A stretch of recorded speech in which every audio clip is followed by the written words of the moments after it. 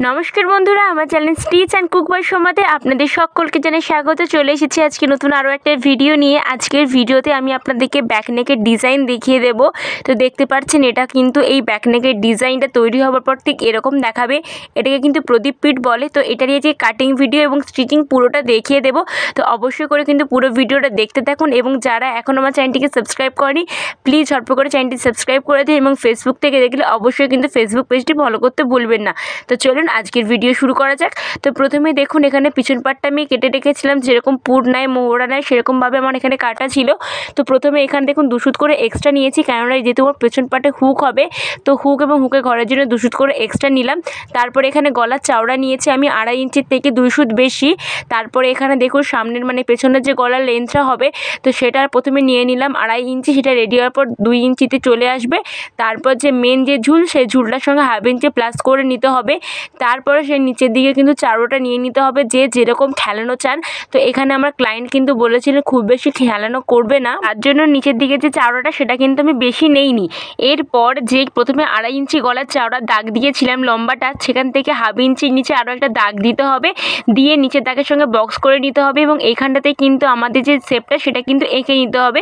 তো এখানে দেখুন আমি ওপরের দিকটা কোণ করে দিয়ে হালকা হাতে রাউন্ড শেপ করেছি, এবং নিচের দিকটা কিন্তু আমার চাওড়ার আছে। দেখতে পাচ্ছেন ঠিক আমি এইভাবে কিন্তু করেছি। ডিজাইনটা তুলে নিয়েছি লাইনিংয়ের উপরে। এবার সেমভাবে কিন্তু কেটে নিতে হবে লাইনিংটা। এখানে আমি মেন কাপড়টা কিন্তু একটু বেশি করে কেটে রেখেছিলাম, মানে বড় মাপের লাইনিংয়ের থেকে সামান্য সামান্য করে। এখানে দেখুন আমি কিন্তু লাইনিং মেন কাপড়টা কিন্তু সোজা দিকে আছে, তার উপরে কিন্তু লাইনিংটা বসিয়ে নিয়েছি, দিয়ে 2 সুত করে গ্যাপিং দিয়ে পুরো ডিজাইনটা যেরকম আছে সেরকমভাবে কিন্তু আমি তুলে নিচ্ছি। আর যারা নতুন তারা কিন্তু এভাবে পিন লাগিয়ে কাজ করবেন, কাজ করতে সুবিধা হয়, কাপড় কিন্তু সরে যায় না। যেহেতু এটা আমার সিল্কের কাপড় ছিল তার জন্য কিন্তু আমি পিন লাগিয়ে কাজটা করেছি।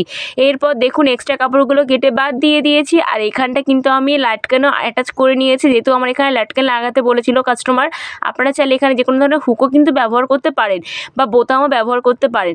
তারপরে দেখুন এটার উপর দিয়ে হালকা হালকা করে কাটিং করে নেব, যাতে কি হয় কাপড়টা উল্টাতে আমাদের সুবিধা হবে। তো এখানে দেখুন কাপড়টা উল্টে নিয়েছি। উল্টে নেবার পর এর উপর থেকে একটা ফিনিশিংয়ের সঙ্গে কিন্তু সেলাই করে নিচ্ছি, আর এটা কিন্তু আমি মেন কাপড়ের ওপর দিয়ে সেলাই করছি, দেখতে পাচ্ছেন। আর ভালোভাবে ফিনিশিংয়ের সঙ্গে সেলাই করবেন, যেন ভেতরে যে লাইনিং পার্ট সেটা কিন্তু যেন দেখা না যায়, দেখা গেলে কিন্তু ভালো হবে না ফিনিশিংটা। তো এখানে দেখুন আমি সেমভাবে কিন্তু সেলাই করে নিচ্ছি। আর যারা এখনও আমার চ্যানেলটিকে সাবস্ক্রাইব করেনি প্লিজ ঝটপট করে চ্যানেলটি সাবস্ক্রাইব করে দিন, এবং ফেসবুক থেকে দেখলে অবশ্যই কিন্তু পেজটি ফলো করতে ভুলবেন না।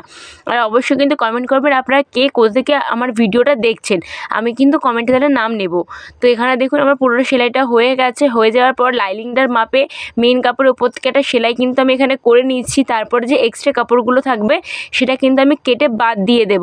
এইভাবে করলে কি হয়, আপনাদের কিন্তু কাপড় ছোট বড় হওয়ার কোনো চান্স থাকে না। তো এখানে দেখুন আমি পুরোটা কিন্তু সেলাই করে নিচ্ছি, আর এখানে কিন্তু কোনো কাপড় টেনে নিচে কাজ করবে না, কাপড় তাহলে বড় ছোট হয়ে যেতে পারে। তো এখানে দেখুন আমি সমানভাবে ধরে নিচ্ছি, ধরে কিন্তু সেলাইটা করে নিয়েছি, আর এক্সট্রা কাপড়গুলো কেটে বাদ দিয়ে দিয়েছি। সেমভাবে আরও একটা যে পার্ট সেটা কিন্তু রেডি করে নিয়েছি, দেখতে পাচ্ছেন দুটো পার্টই আমার রেডি।